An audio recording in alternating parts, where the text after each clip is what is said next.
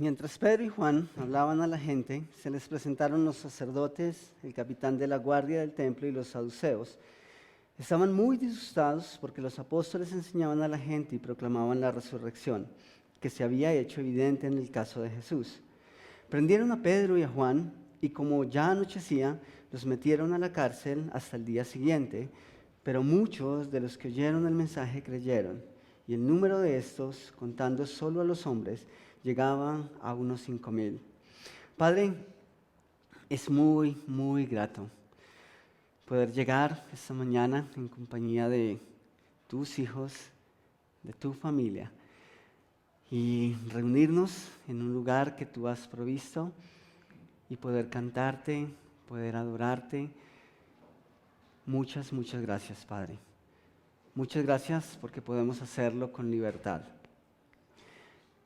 Pienso en que los apóstoles tuvieron que vivir una situación diferente, pero la adoración fue real también en sus vidas.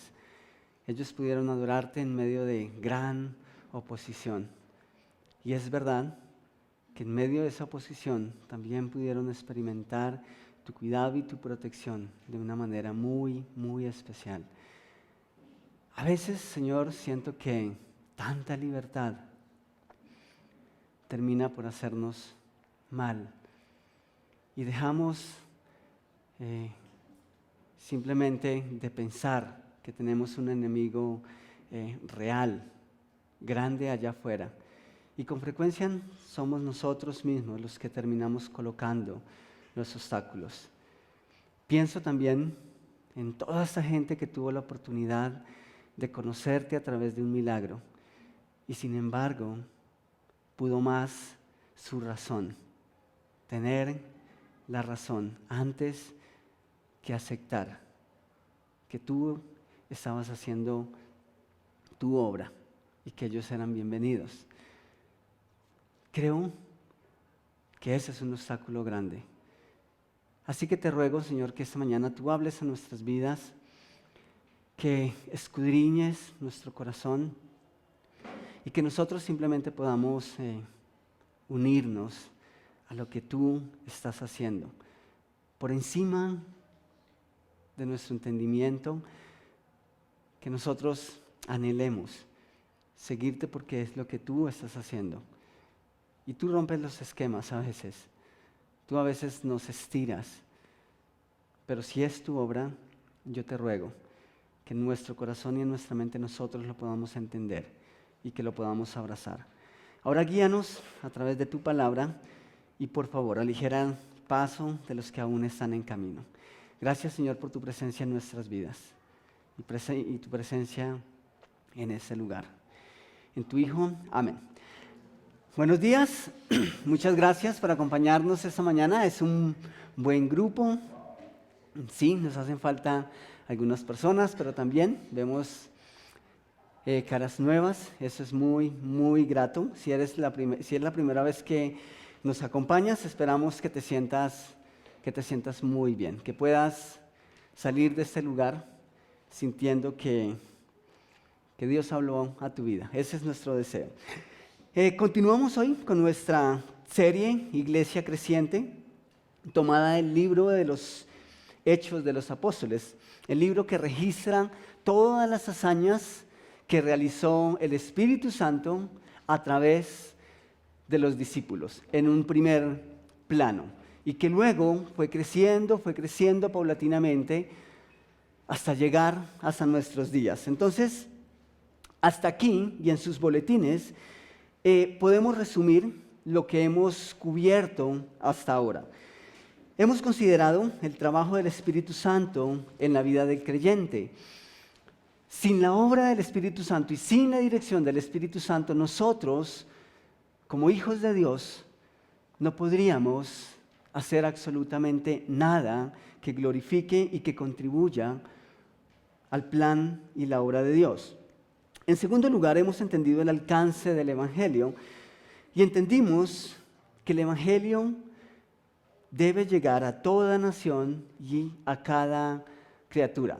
Que no podemos conformarnos simplemente con que el Evangelio llegó a nuestra familia porque papá o mamá o mi hermano conoció, sino que es importante que cada miembro de la familia conozca. Entonces, a toda nación y a cada criatura.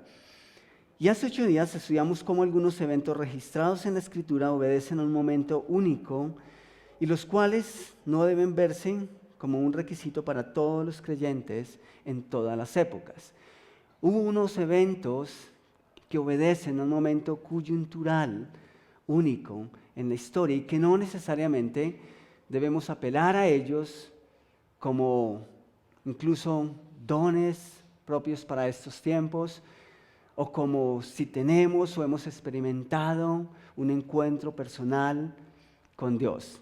Muchas de esas cosas no necesariamente tienen que verse hoy como un reflejo de espiritualidad, ¿sí? O como un reflejo de nuestra fe. Entonces, hoy estamos llegando al capítulo 4 de Hechos y vamos a estar analizando el desenlace del milagro, del primer milagro que realizaron los apóstoles. No el primer milagro que existió, sino el primer milagro que realizaron los apóstoles. Necesitamos recordar que en este punto ya Jesús había ascendido, ¿sí? El Espíritu Santo ya se había manifestado y este evento fue realizado por hombres comunes y corrientes. Entonces, ¿en qué terminó todo esto? Vamos a anotarlo rápidamente. En el capítulo 4, versículo 1, dice que mientras Pedro y Juan le hablaban a la gente, se les presentaron los sacerdotes, el capitán de la guardia del templo y los saduceos. Ese es el primer punto en sus boletines: sacerdotes, guardas y saduceos. Juntitos, en un solo equipo. Lo que nos dice Lucas, que es el autor o el escritor de los Hechos, dice que mientras hablaban a la gente, ¿recuerdan ustedes lo que ocurrió después de que ellos hicieron el milagro? Después de que el lisiado, que llevaba aproximadamente 30 años según el dato histórico, dice que toda la gente era testigo de que ese hombre había nacido lisiado y que todos los días, por lo menos durante 30 años, la rutina había sido que le dejaban a la puerta del templo y ahí él pedía limosna. ¿Cuál fue la reacción de la gente cuando vieron el milagro? Dice la Escritura que estaban asombrados de lo que estaban viendo. Y también dice la Escritura que cuando eso pasó, los discípulos vieron una oportunidad.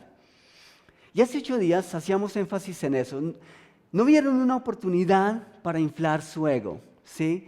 Tampoco vieron una oportunidad para autoproclamarse los Mesías, ¿sí? Tampoco era una oportunidad para empezar a hacer milagros a todo. La Escritura dice que vieron una oportunidad para enseñar toda la obra que Jesús había hecho. Entonces, mientras sostenían ese diálogo, mientras la gente escuchaba emocionada lo que estaba pasando y mientras los discípulos, básicamente Pedro y Juan, le enseñaban a la gente y aprovechaban ese momento, ¿qué ocurrió? Llegaron unos personajes, ¿cierto? Dice la Escritura que se les presentaron. ¿Ustedes creen que llegaron porque simplemente pasaban por ahí? Tal vez sí, o tal vez alguien les advirtió que algo estaba ocurriendo, ¿sí? Que se estaba gestando un movimiento que amenazaba el bienestar de ellos, que rompía los esquemas y que estaba produciendo alboroto en el pueblo. Entonces dice que se les presentaron los sacerdotes, el capitán de la guardia y los saduceos. Pero ¿quiénes eran esos personajes? ¿Y por qué estaban ahí? Cuando uno nota todo el relato bíblico, especialmente los evangelios, es muy fácil notar que esos 3 grupos se unían especialmente para ciertas cosas. Los aliados, ¿sí? Cuando necesitamos a alguien que soporte mi posición, mi hipótesis, hay ciertas personas que me hacen bien, ¿cierto? Pero hay otras situaciones en las que no, preferimos tenerlos lejos. Pero esos tres personajes, cuando se trataba de contrarrestar la enseñanza de Jesús y la enseñanza de los apóstoles, parecía que tenían bienes o intereses en común. Entonces vamos a verlos con mucha frecuencia, no solamente siendo oposición para Jesús, porque lo fueron, sino ahora para la iglesia. ¿Quiénes eran los sacerdotes? Pues eran los encargados de impartir el orden religioso hasta ese momento. Ellos eran los responsables por guiar al pueblo en la parte espiritual. Pero, ¿saben ustedes con quién con quién más discutió Jesús? Fue con los sacerdotes, fue con la gente religiosa de la época. De hecho, los saduceos también eran, digamos que una secta de carácter religioso. Obviamente ellos también era un movimiento religioso y tenían sus posiciones. Pero saben, Jesús no peleó tanto con la gente o con alguien como sí discutió con los sacerdotes. Y ese es un problema social y es un problema humano. Porque nosotros, a veces siempre he dicho que es más fácil enseñar que corregir. Cuando nosotros obtenemos una verdad y somos formados en una verdad, eso se arraiga de una manera especial en nuestro corazón. Y de alguna manera, eso fue lo que engañó o fue lo que vino a ser una piedra de tropiezo para los sacerdotes y para todos los religiosos del primer siglo. Que ellos se metieron tanto en la ley que simplemente ignoraron o hicieron a un lado todo lo demás. ¿Por qué? Porque para ellos era lo único que existía y se negaron a ver un poco más allá. Cuando Jesús vino a presentarles algo que no era diferente, porque de hecho iba de acuerdo con lo que decía la ley, ellos dijeron, no, eso no puede ser así. Esta es nuestra verdad. Y corregirlo fue muy, muy difícil. Dicho sea de paso, gracias a Dios que nosotros tuvimos la oportunidad de conocer la verdad desde el principio. ¿Sí? Entonces, Jesús discutió mucho con ellos. ¿Quiénes eran los demás? Estaba el capitán de la guardia, o sea, la fuerza civil del momento.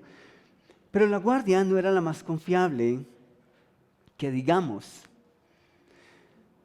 ¿Cómo pasa el tiempo y algunas cosas permanecen iguales? ¿Cierto? ¿No? ¿No están de acuerdo conmigo? No han cambiado mucho en tanto tiempo. Algunas cosas permanecen intactas, 2000 años después y seguimos en las mismas, pero no nos vamos a desviar. ¿Quiénes eran los otros? Los saduceos. ¿Quiénes eran estos señores? Eran muy conocidos también. Ellos altercaron con Jesús muchas veces. Según la Escritura, ellos negaban la inmortalidad del alma. Es decir, para ellos la muerte era el final de todo. O sea, morimos y el problema está solucionado. Pero Jesús enseñó acerca de la resurrección, ¿sí? Y esa es la razón por la que Él murió. Si la muerte es el final de todo, entonces, ¿qué sentido tiene? ¿Cierto? Morimos y ya, ese es el final. Pero por cuanto hay una vida más allá de lo que concibimos acá y ahora, es que Jesús murió para asegurarnos una eternidad con Él. Pero este grupo, los saduceos, se caracterizaban por eso. Más adelante vamos a verlos junto a otro grupito, básicamente diciendo, comamos y bebamos, ¿que qué? Que mañana moriremos. Entonces, disfrutemos ahora, que después de eso no hay nada más. Esa era la posición de ellos. Dice el relato histórico que los que conformaban este grupo, en su mayoría, eran muy pudientes, es decir, tenían recursos económicos diferentes a los demás. Y también dice la historia que gracias a eso obtenían muchas cosas y podían tener mucha influencia. Dicho sea de paso, algo que tampoco ha cambiado en nuestros tiempos, ¿cierto? Tendemos a escuchar a los que tienen cierto poder, ¿cierto? Incluso cierto poder adquisitivo. Eso pesa en nuestro medio. Pero eso era algo que caracterizaba a este último grupo. Y entonces llegaron y se presentaron delante de los apóstoles y delante de la gente que estaba escuchando. ¿Y en qué actitud llegaron? Dice el versículo 2 del capítulo 4, dice que estaban, ¿cómo lo leen ustedes ahí? Resentidos, dice la Reina Valera. La Nueva Versión Internacional dice disgustados. O sea, un disgusto que se agudizó, un enojo que se profundizó, ¿sí? Enojados, estaban irritados, tenían un sentimiento de rencor. ¿No se supone que acababan de presenciar un milagro? ¿Por qué deberían estar así? ¿No se supone que deberían estar felices? Había una persona que había estado postrado, no podía moverse por sí mismo durante toda su vida. Fue beneficiario de un milagro y ahora hay gente que está tremendamente disgustada por eso. Están enojados, están irritados por eso. ¿Saben? Varias veces ellos habían intentado ridiculizar o simplemente habían intentado derrumbar la enseñanza de los apóstoles, pero cada vez era más seguro que definitivamente ellos estaban equivocados. O sea, los de la oposición. ¿Y eso qué provocaba? Disgusto. Como dijo el sabio, preocúpate cuando tu enemigo tenga la razón. Y eso era lo que estaba experimentando la oposición. Cada vez tenían que aceptar que definitivamente los apóstoles estaban en lo cierto. Y cada vez ese pequeño grupo de seguidores de Jesús iba creciendo. Y obviamente para algunos eso no estaba bien. Y una cuña aquí es, nosotros tenemos la tendencia a pensar que cuando no hay oposición, todo está bien. Si no hay oposición, estamos en el camino correcto. Pero cuando vamos al principio bíblico, nos damos cuenta que eso no funciona. Es más, algunos dicen voz del pueblo, voz de Dios. No fue lo que operó en el tema de Jesús. El pueblo dijo, crucifíquenlo. Pero nosotros tenemos esa tendencia. Entre más adeptos tenemos, entonces nuestra ecuación dice que estamos haciendo lo correcto. Y no siempre funciona de esa manera. ¿Era el único sentimiento que ellos podían experimentar?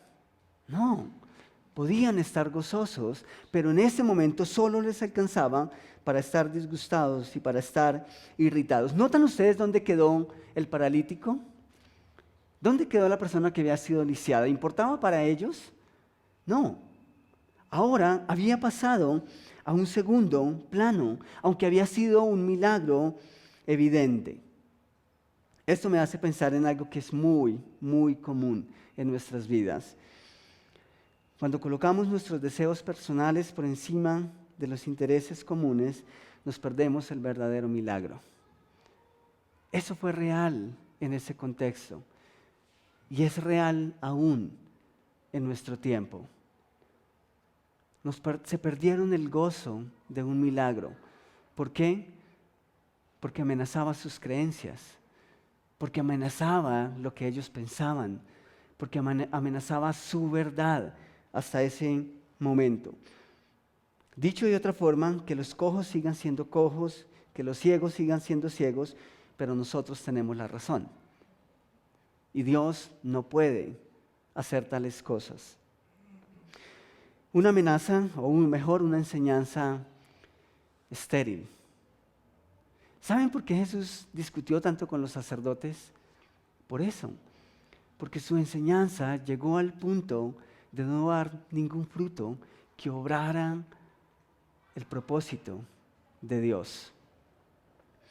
Los sacerdotes tenían por negocio las ceremonias religiosas y la enseñanza de Jesús amenazaba eso. Y cuando Jesús se convirtió en una amenaza para ellos, entonces pidieron que lo crucificaran. ¿Y qué de los guardias? ¿Recuerdan que los guardias también llegaron ahí, o el jefe o el capitán de la guardia? ¿Por qué estaba ahí? ¿Por qué razón era un invitado especial? ¿Recuerdan lo que ellos hicieron cuando crucificaron y cuando sepultaron a Jesús? Estaban tan preocupados porque Jesús había enseñado que el tercer día resucitaría. Y los apóstoles habían enseñado eso dentro del pueblo. Así que el temor de los romanos y el temor de los sacerdotes es: estos señores dijeron que Jesús resucitaría el tercer día. ¿Y saben qué? Es posible que ellos entren, roben el cuerpo y digan: se cumplió. ¿Y saben a qué acuerdo llegaron? A un acuerdo absurdo, en serio. Conociendo todo el ímpetu de los romanos, unos guardas se prestaron para decir sí. Nosotros nos quedamos dormidos. Y efectivamente, los discípulos, los apóstoles, robaron el cuerpo de Jesús. ¿Notan ustedes ahora por qué estaban ahí? Es interesante, no estaban ahí por casualidad. Entonces, era un equipo peligroso. Realmente era una amenaza para la primera iglesia. Hechos en el versículo 4, versículos 13 al 14, dice que los gobernantes, al ver la osadía con que hablaban Pedro y Juan, y al darse cuenta de que eran gente sin estudios ni preparación, o del vulgo, dicen algunas otras versiones, o sea, personas del común, nosotros en nuestro tiempo diríamos gente que no tiene ninguna preparación, gente del común. ¿Cómo es que pueden hablar con tanta propiedad y con tanta autoridad? Dice que cuando vieron eso, se quedaron asombrados. ¿Y qué? Reconocieron que habían estado con Jesús. Además, como vieron que los acompañaba el hombre que había sido sanado, no tenían nada que alegar. Debieron haber sentido un fresquito, ¿cierto? Qué bueno es cuando Dios hace esas cosas. Cuando Dios respalda a sus hijos y uno dice: bueno, gracias Dios porque me sacaste de esta, ¿cierto? Definitivamente sentí tu respaldo, sentí tu aval. Eso es magnífico. Pero saben, esta semana cuando leí estas palabras pensé: cuando hablo a la gente, cuando defiendo mi verdad, cuando defiendo mi posición, ¿se nota? ¿O los oyentes o la otra persona, la otra parte, pueden notar que he pasado tiempo con Dios? Cuando toco un instrumento, cuando sirvo, cuando canto, cuando doy una opinión, cuando escucho a otros lo que piensan acerca de mí, ¿esas personas reconocen que hemos pasado tiempo con Dios? Esta mañana nosotros hablábamos un poquito acerca de eso. Creemos que los argumentos solamente se exponen en el papel, ¿sí? Y yo creo que nuestra vida siempre va a ser el mejor argumento. Y es el mejor argumento cada vez que nosotros hemos pasado tiempo de calidad con Dios. ¿Notan ustedes que no estaban asombrados ni porque tenían un súper conocimiento? para las personas del común era entendible lo que estaba ocurriendo. Pero hubo un argumento por sobre todo eso. Y es que de alguna manera, aún los enemigos miraban a estos hombres y decían, hay algo que pasa con ellos, ¿sí? Hay algo detrás, hay alguien detrás de todo esto. Y pudieron reconocer que habían pasado tiempo con Dios. Porque bajaron caminando 50 centímetros sobre el suelo. No nos dice eso la Escritura. Lo que sí nos dice es que fue notorio para las personas que estaban escuchando. Eso debiera ser una necesidad para cada uno de nosotros. Debiera ser una necesidad en nuestra vida. Debiera ser una necesidad tanto que se vuelva una constante. Que aún con las palabras más sencillas, que aún con los argumentos más elementales, más básicos, la gente pueda percibir a Dios a través de nuestras vidas. Volviendo al texto, ¿qué les haría falta para creer? ¿Notan lo que hicimos el domingo pasado? Si los milagros son necesarios para que la gente pueda creer, ¿qué le haría falta a la oposición para creer? ¿Notan los versículos que leímos anteriormente? Dicen que no tenían nada que alegar. O sea, si se trata de argumentos, ya, está todo hecho. Pero, ¿qué ocurre? ¿Están satisfechos y entienden que los discípulos tienen la razón? Lo que ha ocurrido hasta ese momento es que se quedaron sin argumentos. Y cuando uno se queda sin argumentos, otras cosas ocurren. ¿Qué fue lo que efectivamente ocurrió en este caso? Hechos capítulo 4, versículos 15 al 18, dice que, así que les mandaron que se retiraran del consejo y se pusieron a deliberar entre sí. ¿Notan lo que está ocurriendo? Tuvieron una discusión a puertas cerradas y encontraron que no tenían absolutamente nada para juzgarlos, ni para condenarlos. Entonces les dijeron, salgan, y ellos salieron con ellos. No, se quedaron ahí adentro, planeando una estrategia. Y dice que deliberaban entre sí, ¿qué vamos a hacer con estos sujetos? ¿Qué vamos a hacer? Estamos en problemas. Es un hecho que por medio de ellos ha ocurrido un milagro, ¿qué? Evidente. Ya. Estén tranquilos. Cálmense, pero no, eso no ocurre. Todos los que viven en Jerusalén lo saben y no podemos negarlo. Perfecto, ya, todo está solucionado. El enemigo se dio cuenta que no tenía la razón. Pero no es así. El versículo 17 dice, pero para evitar que este asunto siga divulgándose entre la gente, ¿vamos a qué? A amenazarlos.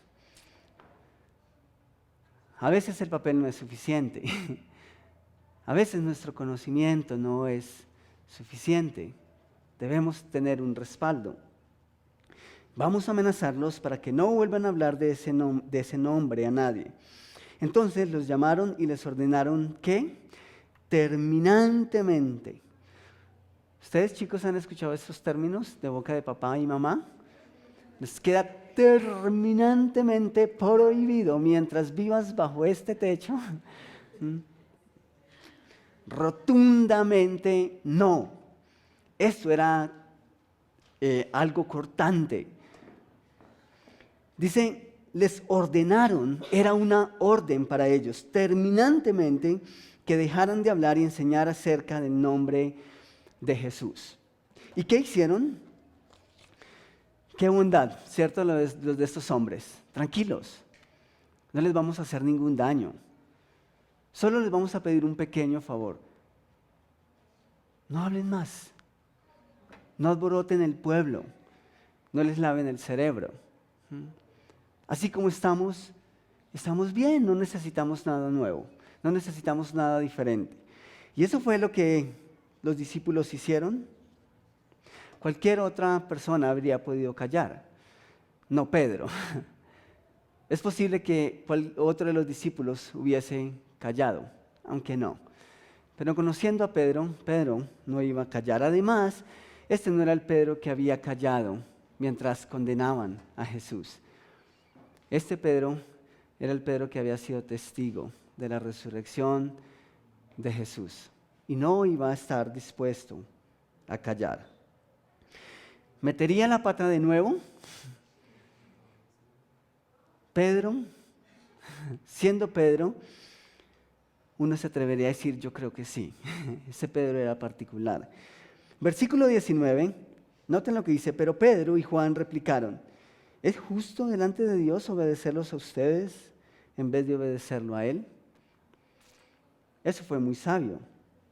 Pero luego les dicen, júzguenlo ustedes mismos. Esperen un momento. Condenan a Jesús, mienten después que ha resucitado, y Pedro les dice, sean ustedes los jueces. ¿Eso es correcto o es incorrecto? ¿Ustedes descansarían en la conciencia de personas con las características que hemos mencionado, un juicio de este calibre? ¿Ustedes dejarían en las manos de sujetos algo así? ¿Y lo que ellos determinen estaría bien para ustedes? Creo que no. ¿Recuerdan ustedes cuando un grupo de hombres, a propósito amantes de la ley, tenían a una mujer rodeada, lista para ser apedreada? ¿Qué hace Jesús en ese momento? Jesús les saca la ley, ¿cierto?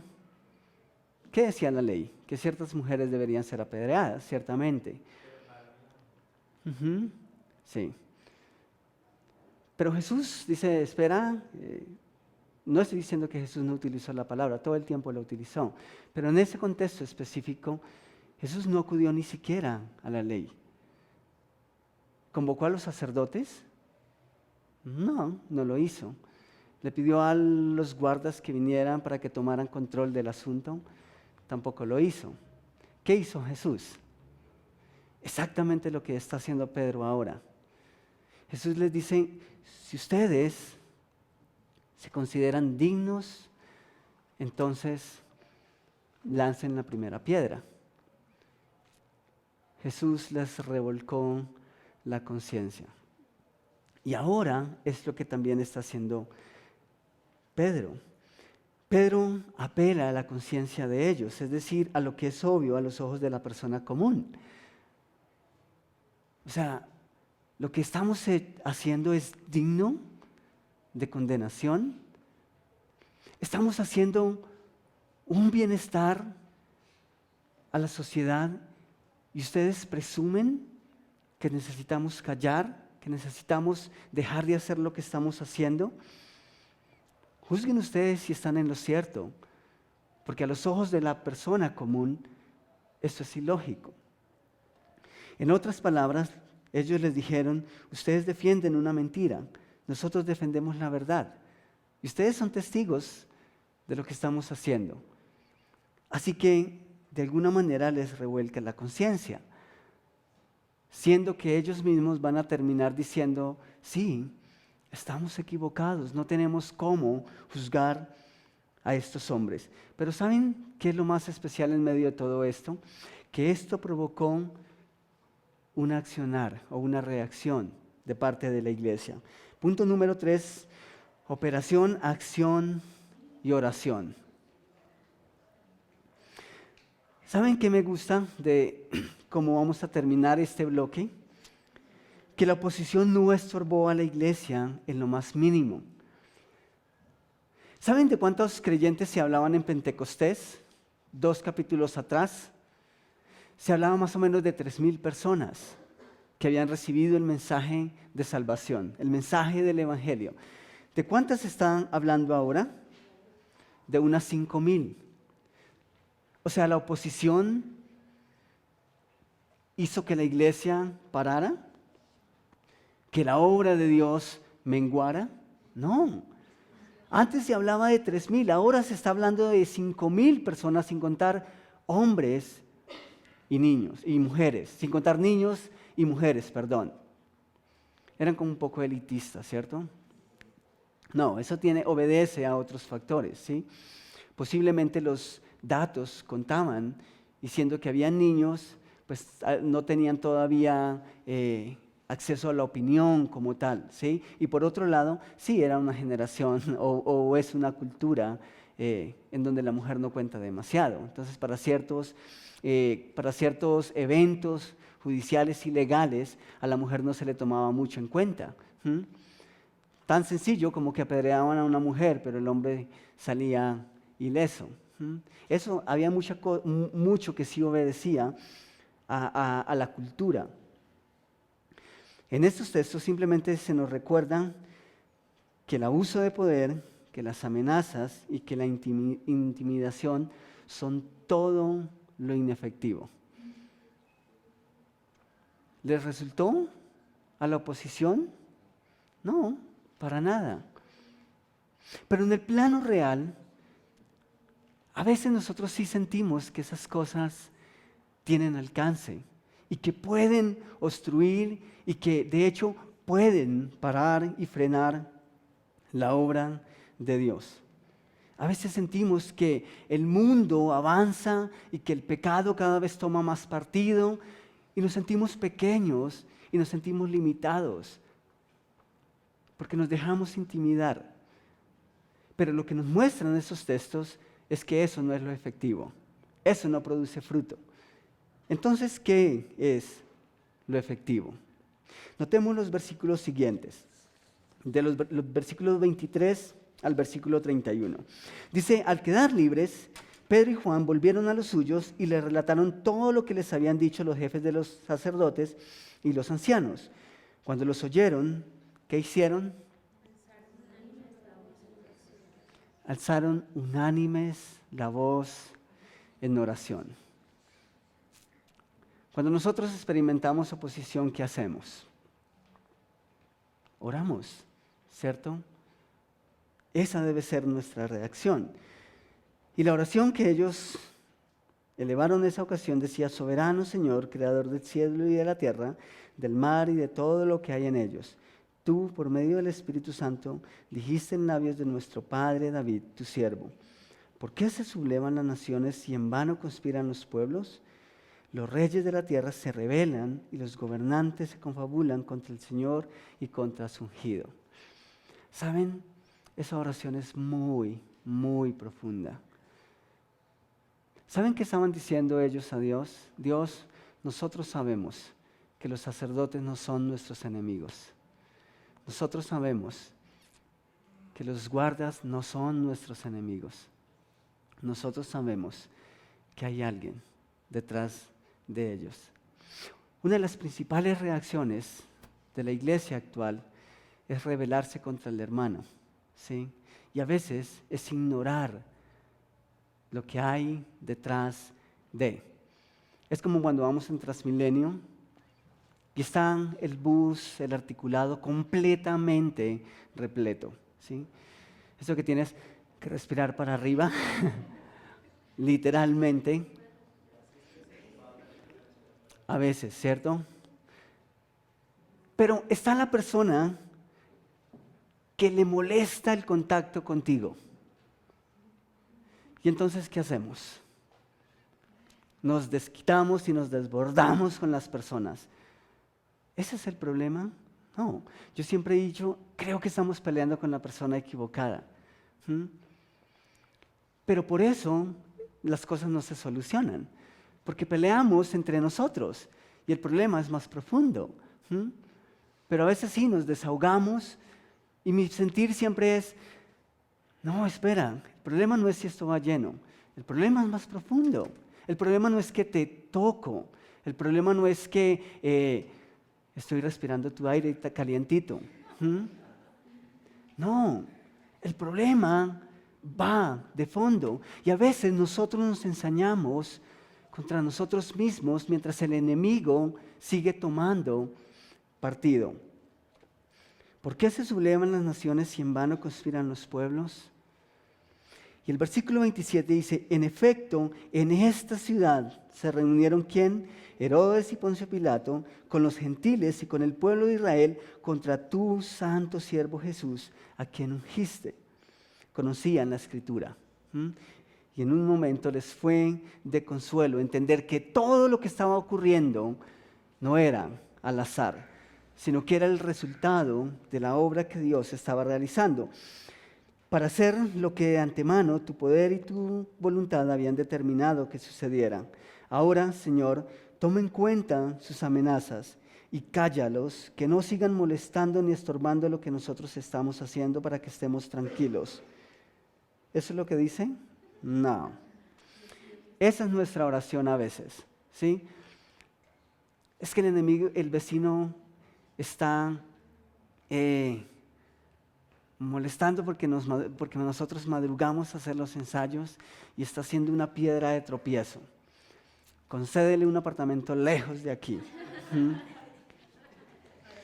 Eso no es lo que ellos oran, ¿sí? Noten lo que ellos piden. Concede a tus siervos el proclamar tu palabra sin temor alguno. A veces nuestro entorno no cambia.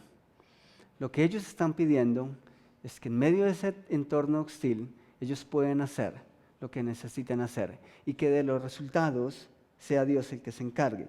Por eso, extiende tu mano para sanar y hacer señales y prodigios mediante el nombre de tu siervo Jesús. Y noten lo que ocurre en el versículo 31. Después de haber orado, tembló el lugar en que estaban reunidos. Todos fueron llenos del Espíritu Santo y proclamaban la palabra de Dios sin temor alguno. Los saduceos se fueron, dejaron de existir, los sacerdotes dejaron de ser una piedra de tropiezo. No, pero ahora ellos tenían poder para proclamar las buenas noticias en medio de. Así que cuando ustedes oren y no tiemblen, es porque esa oración no llegó. No. Debe ser que muchos creyentes están orando con mucha efervescencia. ¿Saben? El enemigo no tiene más que apoyarse en sus propias fuerzas. Los hijos de Dios somos llamados a confiar en Dios como nuestro Padre y como nuestro protector. Y eso es justo lo que la iglesia hizo. ¿Y saben qué hace Dios? Acude al llamado de sus hijos. Y como lo hace un buen padre, responde. Hay esperanza cada vez que nuestros deseos son nobles, son puros y son santos. Dios sí responde. Dios responde a la oración de su iglesia.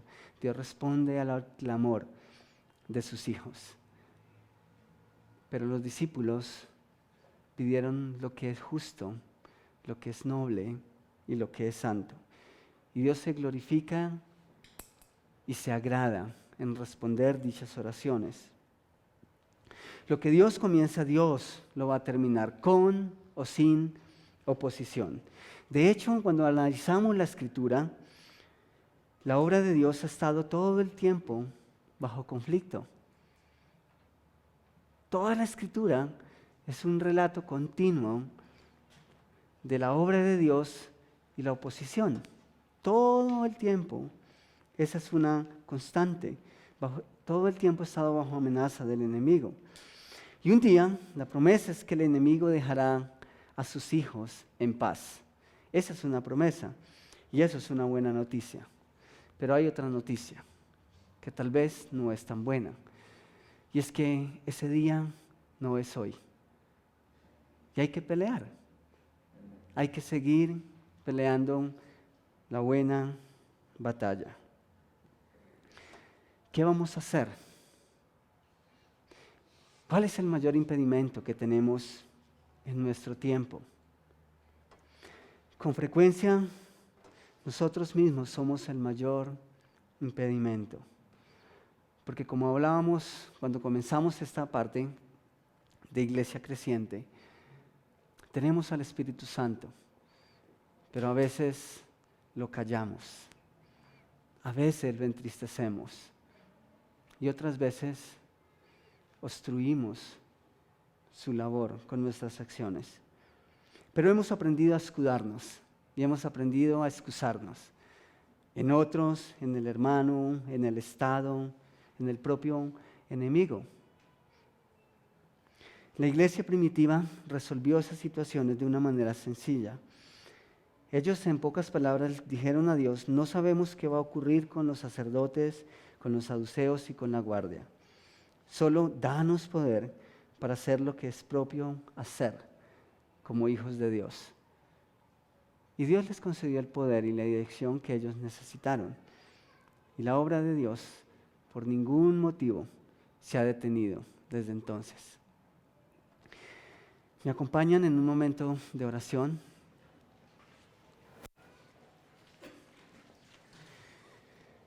Nuestro sentir común y como humanos es que un milagro puede arreglarlo todo. De hecho, hay ciertas situaciones en las que damos por hecho que necesitamos un milagro. Pero ¿qué cuando ocurre un milagro y no soluciona el verdadero problema en el corazón de la humanidad? Había un montón de gente escuchando un mensaje que tenía el poder de transformar sus vidas. Y había otro grupo de gente diciendo: no, eso no puede ser así. Con frecuencia somos nosotros mismos los que colocamos los impedimentos y los que colocamos los obstáculos. Y la invitación de Dios para nuestras vidas esta mañana es simple: vengan a mí. Si no tienen las respuestas, pregúntenme a mí. Descansen sus cargas, descansen sus temores en mí.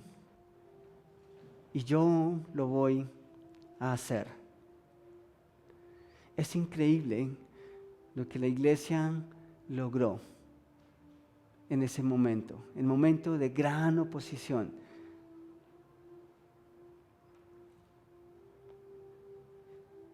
Y el hecho de haber superado ese trance no significa que ya todo estuvo solucionado. Como escuchamos hace un instante, la obra de Dios ha estado en conflicto todo el tiempo, desde el Génesis hasta el día en que Él venga por su iglesia. Así que nuestro entorno posiblemente no vaya a sufrir muchos cambios.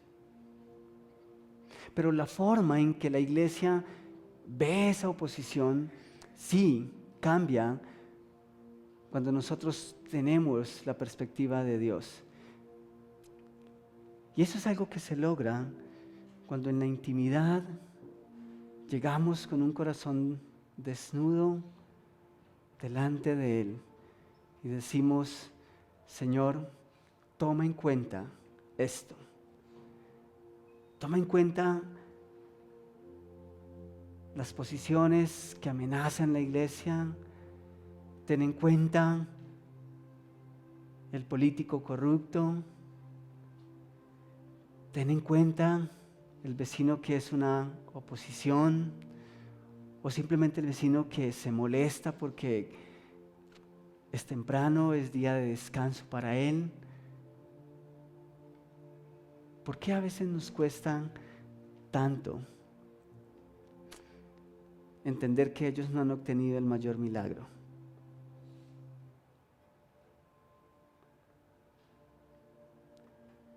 Padre, abre nuestros ojos, abre los ojos de nuestro corazón para poder ver lo que tú ves. ¿Cómo es posible que a veces nos perdemos del milagro simplemente porque no te hemos escuchado? Eso no es justo. No es justo para con nosotros, no es justo para con el mundo que te necesita. Y no es justo por cuanto no obra tu voluntad. Mi oración, Padre, es que nosotros aprendamos a ver lo que tú ves y actuar como tú lo harías en cada situación. Es increíble que muchos de esos guardas finalmente sí terminaron arrepentidos y reconociendo que tú eras Dios, que tú eres Dios, y que ellos por un momento fueron presos de una mentira y que estuvieron engañados. No sabemos cuántos de esos sacerdotes finalmente pudieron llegar a tus pies y conocerte de una manera real.